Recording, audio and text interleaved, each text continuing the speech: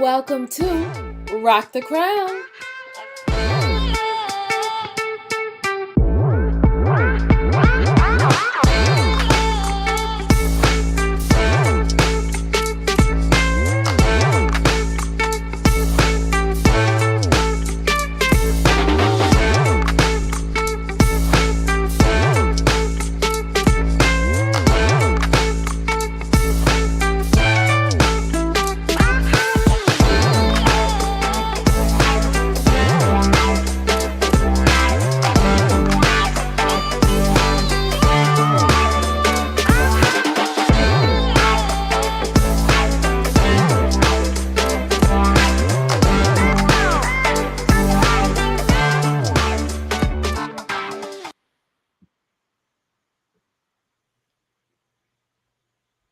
And guess what, Crown Nation? It's your girl Naima. What's up? Along with my queen Nafisa.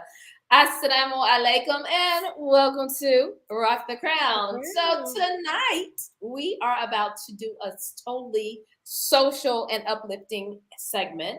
We're going to be talking about how to make social drinks without alcohol, and not that we're going to be doing any recipes per se, but we are going to be talking about maybe some places you can go and some ideas on how to do some of that non-alcoholic drinking, because we know some people are a little tempted, right, Nafisa?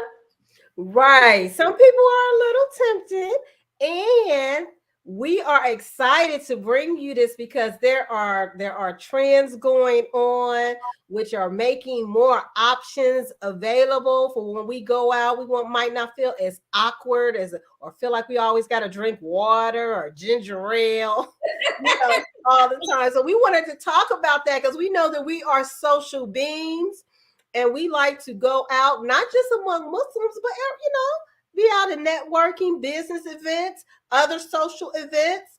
And so we wanted to talk about this topic. So I'm so excited that we're talking about it today. Yeah, so and I'm sure that there are some people in the audience that are asking the question, why are they even talking about this? And again, because we know that as social human beings and social creatures, when going out, we're oftentimes faced with the question, hey, would you like a drink? And some Muslims have succumbed to the pressures of social drinking.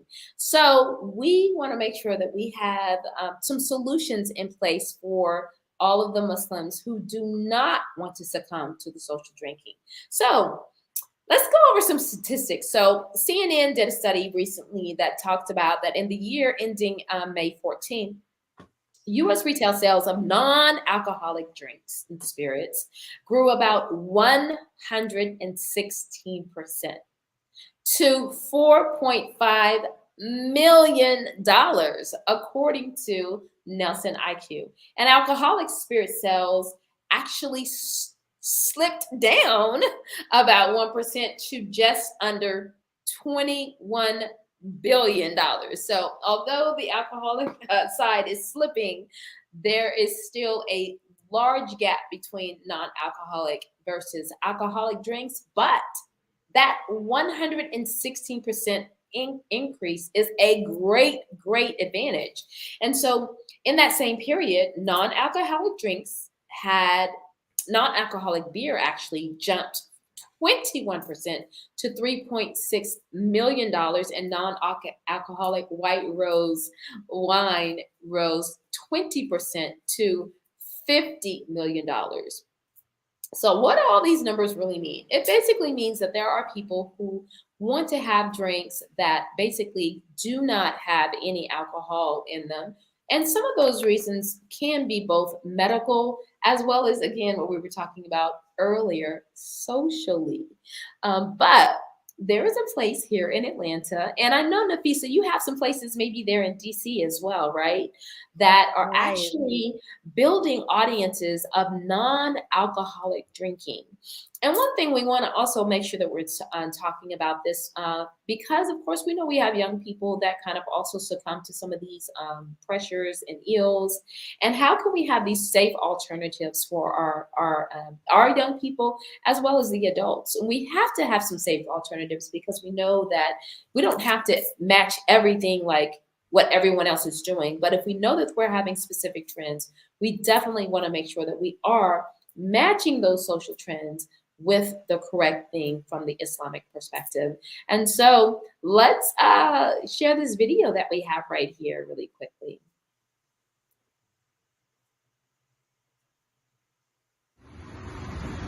Hey Crown Nation, I am here at the Zero Cove. They serve a plethora of non-alcoholic drinks. So we're just gonna take a stroll inside and let's go see what they got.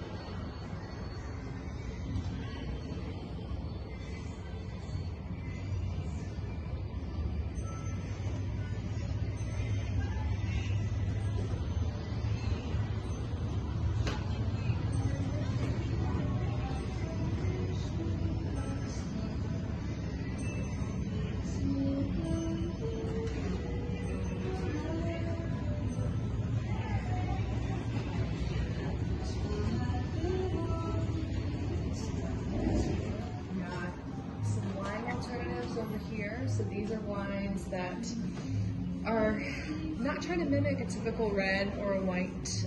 They're usually their own unique flavors, and some have a bubble, some don't. Some are tea-based, some are more vinegar leaning, some are adaptogenic, meaning that they have those plants, herbs, and mushrooms that can give like a natural sort of impact to your mood, whether that's by giving you a little caffeine boost or helping you kind of wind down at the end of the day.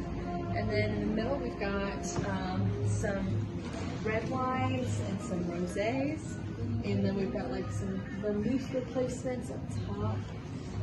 Over here is going to be where our sparkling white wines are going to be. So we have some sparkling white wines, some sparkling rosé, and then these are going to be our still white wines. Below is a brand called Avec that are mixers that you can just have on their own. They're low calorie, low sugar, very delicious. Some larger packaging, like 6-packs, and we have some mixed packs of some beers and then some cocktails. A little bit over to the left, we've got some syrups, bitters, mixers. This is to kind of help like influence and make some great flavors come into any cocktail that you're making with these spirits. And of course these can also be used for regular beverages that have alcohol in them, so these are some great additions to any drink. And then over here, this is a section where we have a lot of spirits that aren't necessarily trying to replace like a specific liquor. They might be botanical, they might be sharp, but they're full of flavors that are unique and are just meant to elevate a drink so that you can have something to toast with. We've got some adaptogenic products. We have some lighter spirits that you can just enhance with some sparkling water. You have some really bold spirits that are packed full of flavor and are really nice to use for celebration. And then down here we have some sort of aperitifs. So these are those bitter, kind of European style liqueurs. We've got Amaro, we have Gio, which is like a bitter aperitif. We have an Amaretti replacement or an Amaretto replacement, which is that great caramel flavor. And then over here, lastly, we've got a variety of spirits that are mimicking the liquors we know. So we have rum replacements, we have gin replacements, whiskey, and then tequila. So these are great for folks who are drinking, whether it's for health reasons or just wanting to take a break, and yet they're going to miss those flavors. They can use this as well as maybe some of the mixers we have or the syrups to make that cocktail that feels reminiscent of what they love. Thank you so much. A lot of information. Thank you so much. Yeah.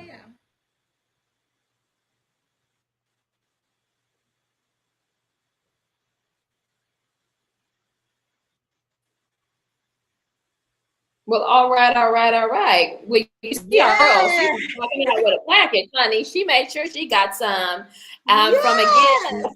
Zero Co. here in Atlanta. And again, this is all about non-alcoholic drinking. So again, there are people who struggle with still drinking alcohol. There's some alternatives where there is actually zero alcohol in all of the drinks. So if you're still looking for a specific flavor or health benefits from drinking those specific things, you can definitely go to some of the places here. Nafisa, where are some places in DC that maybe you've heard about or want to maybe try to visit in the future?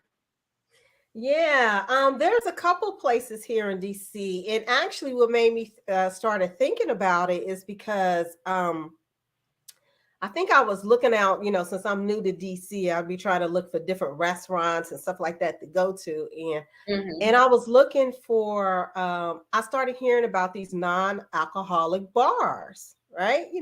Bars Okay. and people doing bar hopping. I'm like, oh, non-alcoholic bar. That seems to be like an oxymoron. You know what I mean? Usually, you think bar, you think people going there to get drunk. But it really was about the social aspect. And then I started reading about it. And then I noticed, I said, oh, let me see if there's a place in Atlanta. And there are, I think, one or two places in Atlanta. Mm-hmm. But there's a place in DC that was like the first non-alcoholic bar here. And and I looked at an interview that they did with the young lady who started it. And Mm-hmm. she owned a regular bar, right? Mm-hmm.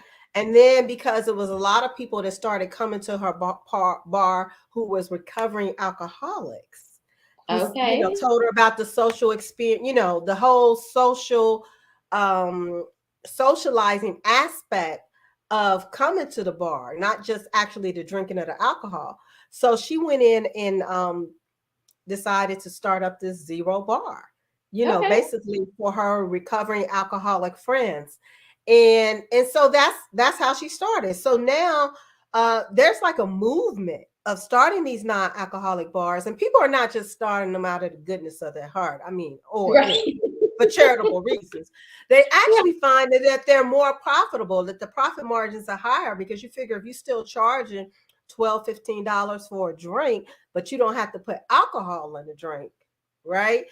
They make You them less money. still, They you making more still, yeah, money. you're making more money per unit that you're selling. So I just thought that was very interesting.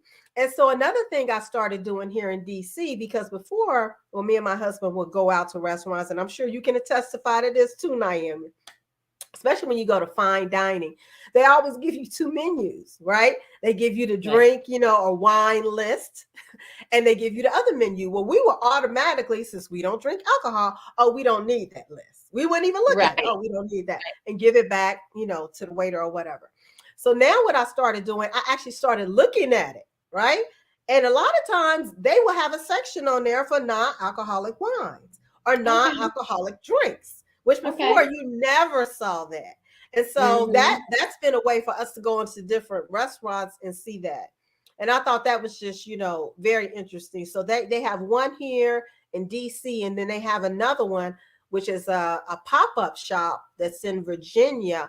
But there's in July, they're supposed to open their regular brick and mortar, store. So I think all of this is good. It's just another element of creativity that people Mm-hmm. are bringing to drinks, and realizing that you don't have to have alcohol, and you still can be creative with coming up with different types of drinks and stuff like that, instead of us always having to think, oh, we got to have ginger ale, or I got to drink a Sprite, or something like that. Right. So And let's yeah. just kind of, and another thing, like sometimes I think people forget about like the medicinal side of drinks, specific drinks, Mhm. like different kinds of teas, different types of mushroom drinks that are available. Again, that don't have any alcohol, but they have great medicinal properties.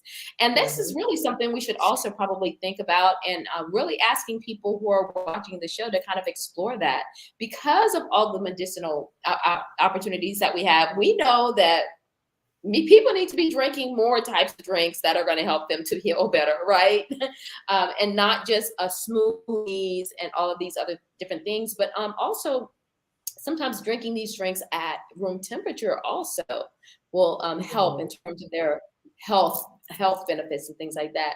I was laughing because I was thinking about like, okay, like when we were little kids, of course we would get the Sprite or whatever and apple cider vinegar, whatever, apple Right. cider, and I always pretend like it's like, well, now we're adults and we don't have to actually drink alcohol. We can actually, we're not running all the time to the store, but when we do, we're actually getting that pink and white version of apple cider. Or now, again, people are using all of these additional drinks that they're choosing to do, but also, again, encouraging people to making sure that if you're trying to come away from drinking alcohol, these are some great alternatives where if you're still okay with having that flavor, but again, don't want to have that alcohol, these again are the alternatives that are available to you. Then it's like, so of course people are going out and people are actually drinking less, which is really good. So the demand for non-alcoholic drink alternatives has been basically largely driven by younger consumers. And of course we see more younger people not really wanting to drink, and they're not interested in alcohol at all, which is a great, again, opportunity for us to teach our young people, hey, these are some alternatives instead of feeling like you have to go out to go and drink. And again, they're not having to only pull out the ginger ale or the soda or whatever. Right. And Right. another interesting thing too, that I've come across, and I'm pretty sure a lot of younger people have come across too, is that some campuses now are what they call dry campuses, which means you Mm-hmm. cannot drink anything alcoholic on the campus, right? That's Because they great. know that there have been many studies linked to young folks drinking, college students drinking, and more increase in crime activities on Mm-hmm. campus and things of that nature. So a lot of campuses have went just dry, and a lot of times our students, that's their first introduction to drinking is on college campus. So Yeah. it's a great, I think it's a great idea that we even introduce our children, as they get older. I'm not saying Yeah. little kids, but when they get around the age of college students or even before that, they see you drinking these different types of non-alcoholic drinks, and you can tell them, hey, you know, there's people out there that drink beer. Well, you know what? There's non-alcoholic beers to drink. And not only are they serving these drinks in, these sober bars, which you may or may not be able to get to, but they also have these drinks even on shelves in the supermarket. A lot of Yeah. times you'll look, if you go to that section, you'll see they have non-alcoholic beer. I mean, Yeah. before I was a Muslim, I have tasted beer, y'all. Okay, before I was a Muslim, I never liked beer. Okay, so I never Right. drank beer. I never liked beer. I don't, so the idea of a non-alcoholic beer is just not something that, suits me. But some people, if they wanted to try and see what the taste was or whatever, or if they just wanted to have it because they're somebody that they was hanging around went and got a beer and they wanted, like, okay, let me just have a non-alcoholic beer.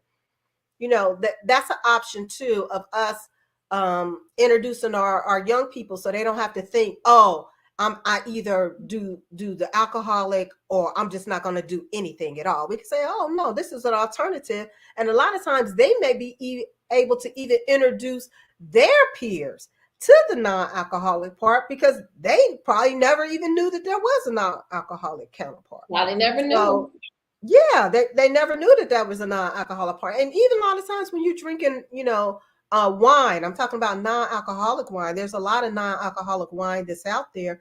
Again, you never know if you don't look for it. And Yeah. people don't know if you don't expose, your guests or, your family members. Oh, you know what? This is out here. Right. And Yeah. again, we're just making sure that we give people alternatives because, again, sometimes people are converting to the religion for whatever reasons. And they're like, I still like the taste, but I don't necessarily want to be drinking alcohol anymore. I Right. want to pull back from drinking alcohol so that I can be a Muslim and follow this religion. So these are some alternatives. But then, so as we're having this conversation, I know that you recently went on a vacation. Tell me what your experience is with your mocktails while you were out of the country. Yes, and this brings up another point too, Naima, that this is not just like a US thing. This whole mocktail trend that's going on now, and people trying to get away from drinking, let's say alcoholic drinks and more non-alcoholic drinks and being creative. Me and my husband, we went for our anniversary, Happy right? anniversary. Yes, to Tulum, right? One of our favorite places, Naima. And this Yes. time we visited, we visited different restaurants. So this is my husband's first time. But again, I have started the habit of looking at the drink menu. And mostly every restaurant we went into during our whole trip had some type of mocktail alternative. And we drunk a lot of different mocktails, right? From, from your pina coladas or whatever, strawberry daiquiris, some other drinks that I don't necessarily know the name The of names because of them. right, because I never was into drinking. I never got into, drinking. Even when I wasn't a Muslim, I never got into drinking. So I never learned all these different names for these alcoholic drinks. But we had that, and we even went to it was like we did a day pass to like a retreat type of resort. And when we came in, they greeted us with some type of fancy drink, right? Which I've seen before, but again, it was non-alcoholic. Right. So I just thought that was very interesting. And then when we looked at the drink menu, they said, oh, we can make you any drink you want without alcohol. I mean, it wasn't just they made the actual, let's say if it was a Bloody Mary, they made the actual Bloody Mary. They just didn't add the alcohol or whatever the fancy drinks were, I just usually look at the ingredients and see if I like the ingredients and then say, yeah, this is what I got. Right. So that sounds like a great time that you all had. What is one of your favorite drinks as of right now? I'm telling you, I'm just a fruity kind of girl. Yeah, I've always been a fruity kind of girl. So and I like the frozen drinks. So anything like a pina colada, strawberry daiquiri, I've always loved those types of drinks, right? Because I'm just a fruity girl, Yeah. Even before I became Muslim, like my first introduction to kind of like alcohol was a fruity type drink. Right. And I just like that because I didn't never like to taste the alcohol, right? Yeah. So that was like the closest thing I can get that was not didn't have a whole bunch of alcohol in it. So now we don't have to go to that. Now we can go to the full drinks that are, social drinks. They don't have any alcohol in it. And hopefully these people in Atlanta and people in different cities will maybe Google and see if they have these non-alcoholic shops in their area and maybe start to look at the menus when they go out to eat now. Look at the wine list. Right. That part. Yeah. What about you? What's your favorite? Do you have a favorite? One of my, it's not my all-time favorite, but one of my drinks that I do enjoy is the Brooklyn Sorrel. And that is, of course, it's basically was created by Nzinga Knight, who is the owner of Brooklyn Sorrel. And it's a Trinidadian style drink. Of course, we know what sorrel is and all of these drinks, but it has a great flavor, very, very mellow. But it's very still rich in terms of like the elements that you want inside of a sorrel. So one of the funny stories that we have about this is that when we were actually at an event, right? We were at an event, and of course several people who did not want to drink. And it was kind of like a little group of us, and we were all standing around, and we kept asking the waiter, like, what's the deal with, like, where are the non-alcoholic drinks? And they're like, oh, we don't really have any non-alcoholic drinks. And we're like, what are you talking about? So of course, just true to form, she pops out her bottle out of her bag, and we just started all having these Brooklyn Sorrel drinks at the party, right? And then next thing we know, it's like people were coming over and they're like, oh, where's the non-alcoholic drinks? There's a table over there. It's a whole bunch of ladies who were over there drinking non-alcoholic drinks, and we were just dancing and having a good time. But yeah, definitely making sure we have some alternatives. And if you're interested in getting that specific drink, you can always go to the website, Brooklyn Sorrel, to figure that out. How to order, it's on that website as well. And again, just the whole, she has some great recipes on how to Yeah. use the actual drink, how to make different types of mocktails with that specific drink. But that is just a testament even to our own community, that we have someone in our community who is thinking outside of the box. And I believe one of her things that she talks about on her website is how healthy that the Brooklyn Sorrel alternative is to wine. And so again, if you're looking for a nice festive drink, and it's a beautiful bottle, so it's something that you can also gift to someone. So that's something else to even think about. But that's one of my bottled type drinks. And then if I had to think about a drink that I love to kind of make at home, is anything with apple juice. I'm still an apple juice sucker. And then Oh my God. I know, it's so crazy. And recently I started really enjoying some drinks with watermelon juice. And so yeah, so watermelon alternative type drinks. And it's like, okay, yes, I can drink this. And then, of course, really drinking it without ice, because, I'm not an ice person. So still drinking those drinks, nice. They're still fresh, but of course, they are definitely room temperature for me. But those are some Right. drinks that I really enjoy. And you know what's interesting? When you said the watermelon drink, it brought to mind, I think the drink is called a mojito, right? But there's like a watermelon mojito with watermelon and mint or Mint. something else that I'm missing. Yes, in that girl. drink. And I think that's what I had at the place in Mexico, in Tulum. Okay. I think that was the drink that me and Muhammad had. But also that brought to mind too about this this increasing trend of mocktails is I was at the smoothie place today, right? And I was getting ready to walk in, and they had a big sign talking about welcome to our summer mocktails. And I'm like, what? Mocktails? The smoothie place? Let me go in here and see what's going on. And they had like 3 different mocktails. Of course, they were non-alcoholic, but they were based on, the comparable alcoholic drinks. But I just thought that, I was like, see, this is what I'm talking about. Like, people are just really starting to embrace the whole thing. And I just think it's such a great thing, because now people can start having, wine tastings, right? But you're doing it with non-alcoholic drinks, particularly if you go to a place like the Zero Co. and you pick up several different bottles.